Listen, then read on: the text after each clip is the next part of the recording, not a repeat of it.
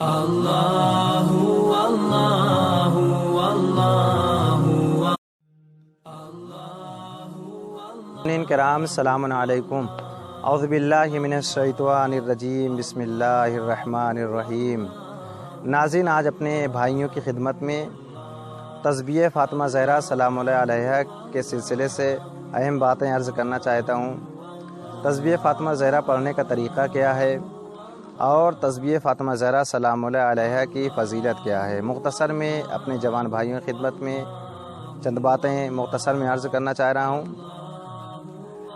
سب سے پہلے یہ میں بتا دوں کہ جناب فاطمہ زہرا سلام اللہ علیہا کی تسبیح کی عظمت کیا ہے، فضیلت کیا ہے، بہت ہی مختصر میں معلوم کر لیں کہ ہمارے پانچویں امام حضرت امام محمد باقر علیہ السلام ارشاد فرماتے ہیں کہ جناب فاطمہ زہرا سلام اللہ علیہا کی تسبیح پڑھ کر کوئی استغفار کرتا ہے تو خدا اسے بخش دیتا ہے۔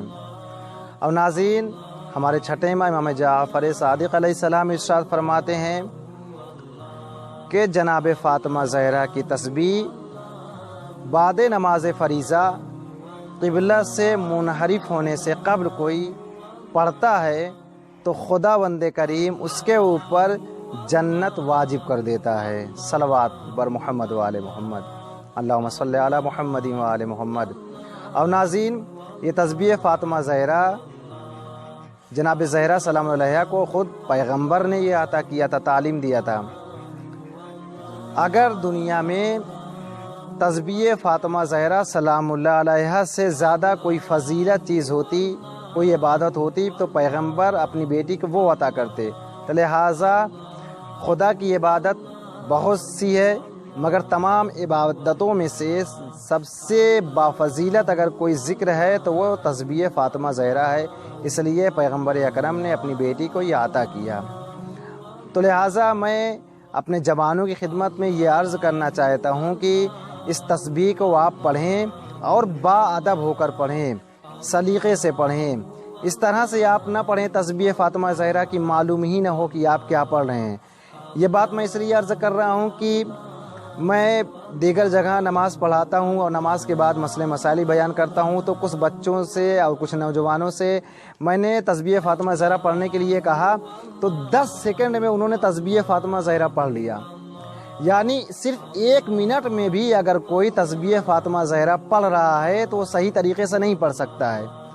1 سیکنڈ میں ایک ذکر ہو سکتا ہے، اللہ اکبر، اللہ اکبر، الحمدللہ، سبحان اللہ۔ ناظرین، یہ ہو سکتا ہے کہ 1 منٹ میں کوئی صحیح طریقے سے پڑھ لے، مگر 10 سیکنڈ اور 20 سیکنڈ میں کوئی صحیح طرح سے تسبیح فاطمہ زہرا نہیں پڑھ سکتا ہے۔ بہت سے لوگ جو اس طرح سے پڑھتے ہیں معلوم ہی نہیں ہوتا ہے کہ وہ کیا پڑھ رہے ہیں۔ اس طرح سے جیسے پڑھتے ہیں مثلا اللہ اکبر، اللہ اکبر، الحمدللہ، الحمدللہ، اس طرح سے پڑھتے ہیں، یعنی معلوم ہی نہیں ہوتا ہے کہ یہ کون سا الفاظ استعمال کر رہے ہیں اور کون سا ذکر جو ہے کر رہے ہیں، پتہ ہی نہیں چلتا ہے۔ تو ناظرین، اگر تسبیح فاطمہ زہرا واقعاً کوئی پڑھنا چاہتا ہے بعد نماز فریضہ، یہ تسبیح فاطمہ زہرا کی بہت زیادہ فضیلت ہے اور مختصر میں نے آپ کو بڑی فضیلت بتا دی ہے، تو لہٰذا تسبیح فاطمہ زہرا کا ذکر آپ کریں، تسبیح فاطمہ زہرا بعد نماز فریضہ پڑھیں، مگر اس طرح سے پڑھیں جس طرح کہا گیا ہے۔ ناظرین، تسبیح فاطمہ زہرا میں ظاہراً 100 ذکر ہوتے ہیں، مگر یہ جو 100 ذکر ہیں بہت ہی مختصر ہیں، مگر نامہ اعمال میں 1000 گنا وزنی کر دیتے ہیں یہ تسبیح فاطمہ زہرا۔ تو لہٰذا تسبیح فاطمہ زہرا آپ پڑھیں، مگر سلیقے سے پڑھیں، با ادب ہو کر پڑھیں، اس طرح سے پڑھیں کہ معلوم ہو کہ تسبیح فاطمہ زہرا پڑھیں۔ جیسے اس طرح پڑھیں، اللہ اکبر، اللہ اکبر، الحمدللہ، الحمدللہ، سبحان اللہ، سبحان اللہ۔ ناظرین، اگر کوئی اس طرح سے تسبیح فاطمہ زہرا پڑھ رہا ہے تو واقعاً قابل قبول ہے اور اسی طرح سے پڑھنا بھی چاہیے، ورنہ اگر اس طرح سے کوئی تسبیح فاطمہ زہرا نہیں پڑھ رہا ہے تو بعد نماز فریضہ تسبیح فاطمہ زہرا پڑھنا، اس کا ذکر کرنا واجب نہیں ہے، مستحب ہے۔ تو ناظرین، اگر کوئی تسبیح فاطمہ زہرا صحیح طریقے سے پڑھنا چاہتا ہے تو پڑھے، ورنہ جو ہے اگر صحیح طریقے سے وہ نہیں پڑھ سکتا ہے تو بہتر ہے کہ وہ نہ پڑھے، کیونکہ واجب نہیں ہے، مستحب ہے۔ مگر اس کی فضیلت بہت زیادہ ہے، ہم اس کی فضیلت کو نہیں بیان کر سکتے ہیں۔ جیسا کہ میں نے کہا کہ کائنات میں اگر اس سے زیادہ بافضیلت چیز کوئی ہوتی، کوئی عبادت ہوتی، کوئی ذکر ہوتا تو پیغمبر جناب فاطمہ زہرا کو وہ عطا کرتے۔